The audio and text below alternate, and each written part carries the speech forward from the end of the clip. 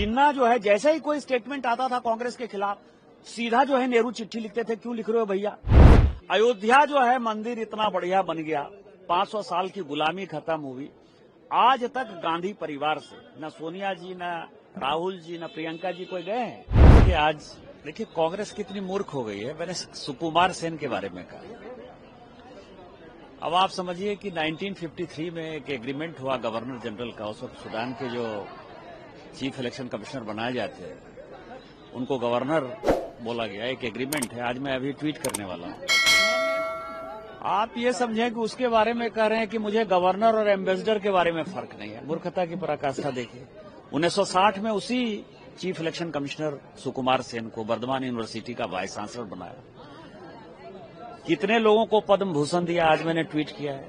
R K. Trivedi को governor बनाया, VS. Ramadevi को गवर्नर बनाया, एम.एस. गिल जिसने सोनिया गांधी जी को बचाया वो मंत्री बने, टी.एन. शेषन उनका चुनाव लड़े और उन्होंने कहा कि मैं स्टाम्प मोहर हो जाता हूं जब मैं जाता हूं कमेटी में। 2010 में चीफ विजिलेंस कमिश्नर की नियुक्ति हुई। आप लोगों के जानकारी के लिए, थॉमस जिसके ऊपर की पामोलिन घोटाले का जो है बड़ा आरोप था, उस आरोपी को जो है Sushma Swaraj ji leader of the opposition थी, उन्होंने विरोध दर्ज किया ऑन पेपर कि ये करप्ट आदमी है, इसको भ्रष्टाचार का मुखिया कैसे बनाओगे, सीबीसी का मुखिया ने कैसे बनाओगे। उसको इग्नोर कर दिया, बुलडोज कर दिया। सुप्रीम कोर्ट में केस चला, सुप्रीम कोर्ट ने उसको हटाया। तो आप ये समझिए, उसी तरह से मैं आपको बताऊं कि एक सीबीआई के डायरेक्टर थे, उन्होंने बहुत जो है 2G में इन लोगों को पैसा कमवाया, उसको यूपीएससी का मेंबर बनाना चाहते थे।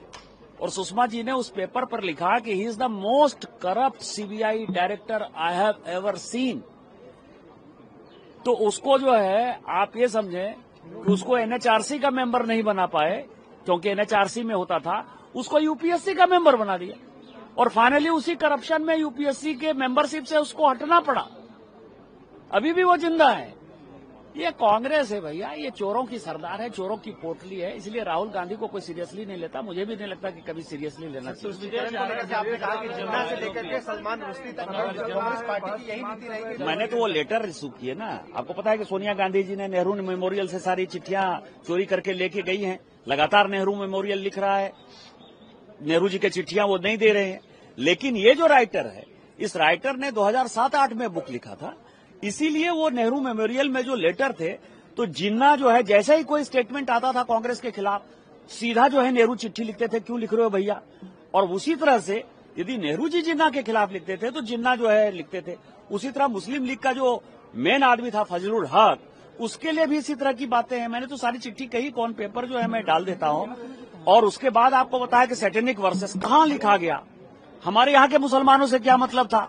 सब अब पूरी दुनिया ने जो उसको फ्री कर दिया, लेकिन हमारे यहाँ बैन कर दिया, साहबानों बैन कर दिया। मैंने ये कहा कि सोमनाथ जो है, आज तक सोमनाथ जो है नहीं गए ये लोग, पूरे परिवार के लोग। उस वक्त भी आपको पता है कि राजेंद्र बाबू को अभी विरोध किया, सरदार पटेल का भी विरोध किया।